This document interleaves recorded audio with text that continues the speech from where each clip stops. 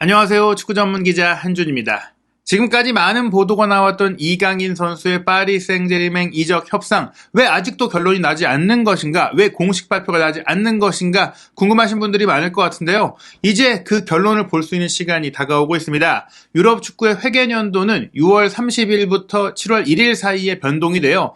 2023-2024 시즌의 공식 일정, 공식 계약 발효도 7월 1일부터라고 할 수가 있겠는데요. 사실 이번 주 중에 루이스 엔리케 감독이 파리 생제르맹 감독 부임이 확정이 될 것이다, 발표가 날 것이다, 이런 얘기들이 있었는데 현 시점, 이 영상 촬영 시점까지는 발표가 나오지 않았거든요. 다만 발표가 시간 문제다, 곧 나올 것이다라는 징후를 볼 수 있는 현지의 독점적인 취재 소식이 확인이 됐습니다. 스페인과 프랑스의 공신력 높은 매체들이 엔리케 감독의 선임 협상 상황 및 이강인 선수의 계약 협상 상황이 왜 지연되고 있는지, 그리고 완료는 어떻게 진행이 됐는지 보도한 내용들이 공개가 됐는데요. 어떤 일인지 지금부터 최신 보도 내용 분석해드리도록 하겠습니다. 2023년 여름 파리 생제르맹은 대대적인 변화를 준비하고 있죠. 이미 리오넬 메시 선수가 떠난 가운데 음바페 선수의 거취를 두고 많은 얘기들이 있었어요. 현재 상황을 보자면 음바페 선수가 파리를 떠나는 것은 언제냐의 문제인 것 같은데, 이 음바페가 지금 떠날 것이냐 아니면 내년에 떠날 것이냐,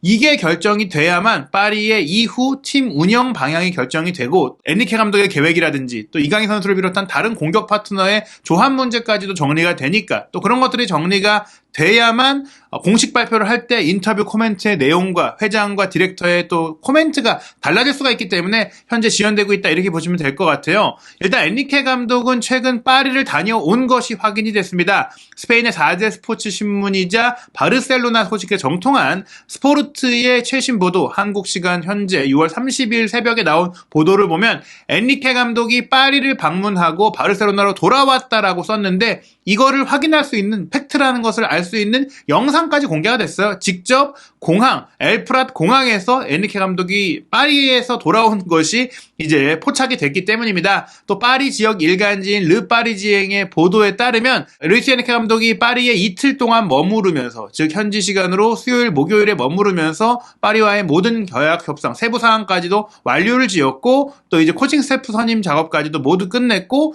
이적 시장의 상황까지도 이야기를 다 했다. 그러니까 지금 평소라면은 공식 발표가 언급한 대로 나왔어야 되는 얘기가 정리가 됐는데 발표를 좀 기다리고 있는 상황. 유럽 현지 시간 기준으로 6월 30일 내지는 늦어도 7월 1일, 아주 늦게 될 경우에는 주를 넘겨서 7월 3일 월요일에 나올 수가 있을 텐데, 어찌됐거나 이제 엔리케 감독의 발표는 시간 문제를 다투고 있다고 보시면 될 것 같아요. 스페인 방송사인 골에서도 엔리케 감독이 엘프랏 공항에서 내려서 이제 나왔을 때 많은 기자들과 팬들을 마주한 장면을 보실 수 있는데, 이 상황에서 질문들을 받았지만 역시 대답을 하진 않았어요. 여기서 뭔가 공식 발표가 나오기 전에 얘기하기는 어려운 그런 상황이지만, 일단 서류상으로도 계약은 완료가 된 것이다 라고 볼 수가 있겠습니다. 즉 루이스 엔리케 감독이 2023-2024 시즌에 파리 생제르맹을 지휘하는 것은 확정이 됐다, 이렇게 보시면 될 것 같아요. 물론 이전에 엔리케 감독이 런던을 방문해서 첼시랑도 미팅을 갖고 토트넘과도 이야기를 한 결과 부임하지 않는 것으로 이제 끝났던 상황이 있는데, 지금 같은 경우에는 이제 완료가 됐다라는 현지의 믿을 만한 취재 보도가 나오고 있습니다. 그와 더불어서 스페인 최대 스포츠 신문인 마르카에서 운영하고 있는 라디오 마르카의 최신 정보에 따르면 현재 파리 생제르맹의 경우 루이스 엔리케 감독은 말씀드린 대로 공식 발표만 지연됐을 뿐 이미 계약은 완료됐다라고 소개를 했고요. 또한 아센시오 영입, 슈크리니아르 영입, 그리고 이강인 영입까지도 완료가 됐다라고 얘기를 한 겁니다. 이 완료가 마요르카와의 이적 협상까지 완료가 되었는지 여부까지를 의미하는 것은 아니지만 개인 합의 및 큰 틀에서의 합의가 됐으니, 사실 이제 엔리케 감독 선임이 끝났잖아요. 엔리케 감독 선임이 끝났다는 것은 이 선수들을 위한 작업으로 이어갈 수가 있는 것이고, 또 엔리케 감독의 의중까지 포함이 된 것이고, 또 파리가 사실 지금까지 아센시오나 슈크리니아르는 FA로 영입하는 거니까 개인 합의만 있으면 되는 거였고, 이강인 선수 같은 경우도 결국에 이적료가 그렇게 크게 드는 선수가 아니잖아요. 심지어 바이아웃 조항까지 있기 때문에 이걸 발동하느냐 마느냐, 혹은 가격을 조금 깎느냐 마느냐의 차이였지, 이강인 선수를 영입하느냐 마느냐를 고민하는 단계는 아니었어요. 그렇기 때문에 이강인 선수와의 개인 합의만 되면 문제가 없는데, 아시다시피 개인 합의는 이루어졌고 메디컬 테스트까지 진행을 했다라고 전해졌거든요. 그래서 이제는 이적료만 맞춰서 데려오면 된다라고 보시면 되고요. 또 최근에 전해지는 얘기들을 봤을 때 특히 이제 이강인 선수가 자신의 은사인 슛도르 시절의 스승이었던 유상철 감독의 아들을 또 만나서 휴가 중에 파리 유니폼에 사인을 해줬던 그 사진도 공개가 됐었고, 또 최근에 파리 생제르맹 구단 측에서 한국 쪽의 마케팅을 좀 할 수 있는, 한국 팬들을 좀 상대할 담당자를 또 구하고 있는 부분들까지도 진행이 되고 있기 때문에 마테오 모레토 기자는 99.9%라고 이야기를 했고 매우 유력하다고 말씀드릴 수 있는데, 그렇다면 이렇게 모든 일들이 다 정리가 되고 있는데 왜 발표를 안 하느냐를 봤을 때는 라디오 마르카는 저희가 앞서 말씀드린 대로 음바페 이슈, 음바페 때문에 지연이 되고 있다. 그 음바페 테마가 무엇이냐에 대해서도 이제 마르카지에서 독점적인 취재 내용을 전했는데, 이 보도 내용도 스페인 현지 시간으로는 6월 29일 목요일 저녁, 그리고 한국 시간으로는 30일 이제 새벽에 나왔어요. 이 독점 내용이 뭐냐? 음바페가 파리 생제르맹과 6월 30일 금요일, 이제 유럽 시간이니까 한국 시간으로도 이제 금요일 오후나 이쯤 돼야 될 거예요. 저녁쯤 돼서 미팅을 가질 것이라는 얘기인데, 어떤 미팅 내용이냐? 일단 기본적으로 음바페 선수가 2주 전에 파리 생제르맹에 팩스, 문서를 보내서 나는 2024년 플러스 1년의 계약 옵션이 있지만 그 2025년까지 1년을 연장하는 것을 발동하지 않겠다. 그리고 내년 여름에 공짜로 떠나겠다. 이런 얘기를 한 거예요. 발동하지 않으면서 올 시즌은 그냥 보내고 나가겠다. 이적료를 발생시키지 않겠다는 의사를 전하니까 파리는 이제 기분이 나빠진 거죠. 왜냐? 우리도 이적료를 투자해서 데려왔는데 한 푼도 못 벌고 내보내야 되는 상황이 됐기 때문이에요. 그래서 파리가 원하는 것은, 만약 정말 너가 그럴 생각이냐면 올여름에 이적료를 발생시키면서 나가야 된다. 혹은 우리와 연장 계약을 하고 내년 여름에 이적료를 발생시키면서 가라. 이런 것들인데, 연장 계약을 할 경우 내년 여름에 보내줄 수 있을지 없을지 여부를 음바페가 이제 확신할 수가 없잖아요. 그때 가서 우리 계약돼 있으니까 못 간다. 이렇게 할 수도 있기 때문에 그 부분에 대한 논의가 이루어질 거라는 얘기입니다. 사실 이 양측, 음바페 측과 파리 측은 지난 며칠 동안도 이야기를 했다라고 하는데, 이게 이제 직접 당사자들이 만나서 한 게 아니었다는 얘기죠. 이 금요일 미팅에도 음바페가 직접 나올지는 지켜봐야 되겠지만, 일단 음바페의 최측근이자 대리인인 어머니인 파이자 라마리가 올 거고, 또 파리에서도 중간 디렉터가 아니라 나세르 알켈라이피 회장이 와서 정말 최전선의 담당자들이 최종 담판을 지을 것이다라는 얘기인데요. 이 회의에서 어떤 이야기가 나오느냐에 따라서 레알 마드리드도 움직여야 된다. 마르카가 이걸 디테일하게 취재한 이유는 결국 음바페가 레알 마드리드의 타깃이기 때문이거든요. 여기서 만약에 음바페가 올여름에 나간다 하면은 레알 마드리드가 올여름에 어느 정도의 이적료를 준비해야 될지를 이제 논의할 것이다라는 얘기인데, 일단 현재로서는 미팅이 열리지 않았기 때문에 상황이 불확실하고 어떤 옵션도 배제할 수가 없지만, 지난 몇 시간 동안 그 파악된 정보에 따르면 음바페와 파리가 윈윈할 수 있는 대안이 추진력을 얻고 있다고 했어요. 그 얘기는 일단은 음바페는 2025년까지 1년 연장 옵션 발동하는 것을 거절했으나, 파리가 새롭게 그냥 2, 3년간 계약을 연장하는 재결을 맺되 내년 여름에 레알 마드리드로 무조건 보내주겠다라는 이제 구두 약속을 할 거란 얘기예요. 이걸 바이아웃 조항으로 넣으면 되지 않느냐라고 얘기하실 수 있는데, 프랑스 같은 경우에는 바이아웃 조항을 불법으로 규정하고 있어요. 이 조항을 금지하고 있기 때문에 스페인이나 이탈리아에서처럼 바이아웃 금액을 명시해서 넣어놓을 수가 없습니다. 그렇기 때문에 구두 합의를 해야 되는데 이게 좀 쉽지 않죠. 구두 합의라는 것은 문서화되어 있지 않기 때문에 음바페가 어떻게 믿겠느냐. 그 믿음을 확실하게 줄 수 있는 방안을 파리가 제안을 해야만 이제 연장 계약을 하고 내년 여름에 이적료를 받는 조건으로 정리를 할 수가 있다는 것입니다. 일단은 파리 입장에서는, 일단 음바페 입장에서는 파리에 남을 경우 충성 보너스를 엄청난 금액을 받게 되잖아요.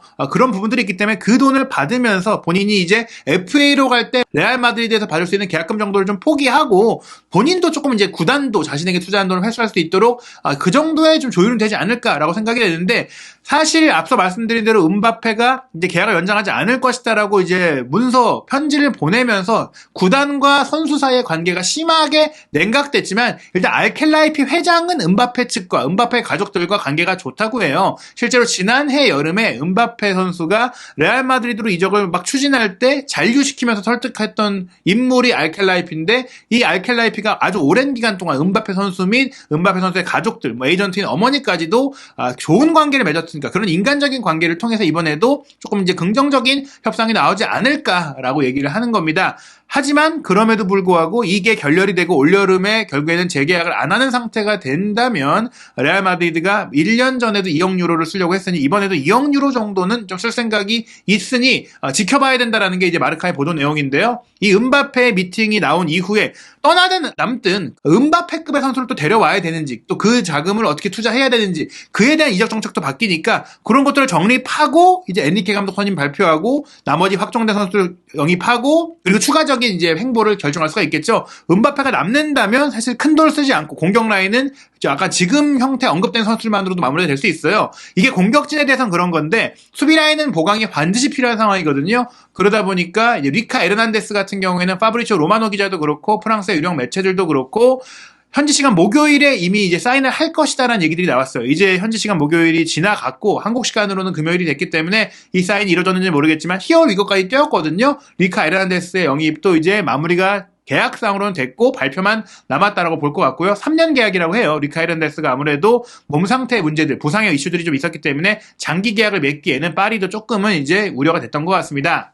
지금 유럽, 프랑스 매체들에서 나오는 그 보도를 보면 파리 생제르맹은 올 여름에 루이스 엔리케 감독을 선임하고 스포르팅 리스본에서 중앙 미드필드인 우루과이 대표 우가르테 영입도 합의를 했고요. 그리고 FA로 나와 있는 수비수 밀란 슈크리니아르 그리고 공격수 마르코 아센시오를 영입했고 또 유망주인 미드필더 은두루 영입도 합의가 됐고 그리고 이제 이강인 선수까지도 영입 합의가 됐고 리카 에르난데스까지 현재 총 6명의 선수 영입이 확정적인데 여기에 이제 오시멘 선수를 영입할 거라는 얘기들이 있잖아요. 그리고 네이마르와 음바페의 거치에 따라서 공격 자원을 더 영입을 해야 될 수가 있는데 지금 네이마르와 음바페가 모두 남거나 혹은 음바페만 남는다고 하더라도 공격 지역에 더 많은 선수를 꼭 투자해야 되는 상황이 아닐 수가 있기 때문에 물론 뭐 음바페가 남는다고 하더라도 9번형 선수가 필요하니까 오시멘 영입에는 나설 가능성이 뭐 없는 건 아니에요. 하지만 뭐 아센시오도 가짜 9번으로 뛸 수 있고 무리한 조건으로 오시멘을 살 필요가 없게 되지만 음바페가 떠난다면 반드시 오시멘을 사야 되고 여기에 공격수를 더 사야 되는 상황이 될 수가 있잖아요.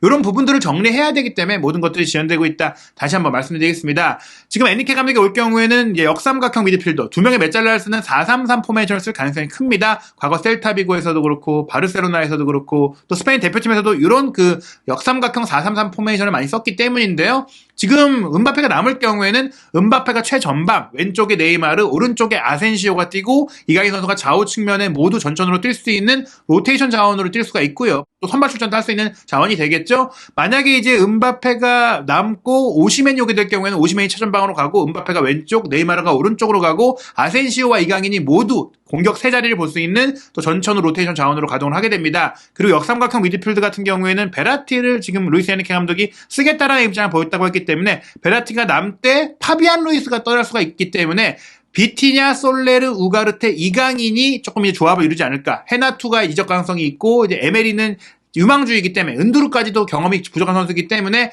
이강인 선수 같은 경우에는 좌우 측면 공격수 및 두 메짤라 자리까지 볼 수 있다는 점에서 주전이 아닌데 출전 시간이 부족하지 않을까 싶겠지만 모든 포지션에는 로테이션이 돌아가고 또 모든 포지션에는 부상 선수가 발생할 수 있고 또 파리도 많은 경기를 소화하기 때문에 어떤 위치가 되는지는 바뀔 수 있지만 이강인 선수가 거의 매 경기 파리에서 출전 시간은 선발이든 교체든 확보할 가능성이 크다. 그러니까 걱정을 크게 하지 않으셔도 될 것 같습니다. 그리고 수비 라인은 리카 에르난데스가 레프트백과 센터백을 볼 수 있고 슈크리니아르가 올 경우에 주전 센터백으로 뛸 수 있고 마르키니스와 합을 마실 것 같고요. 오른쪽 풀백은 하키미와 무키엘레가 탄탄하기 때문에 보강이 특별히 필요하지는 않은 상황입니다.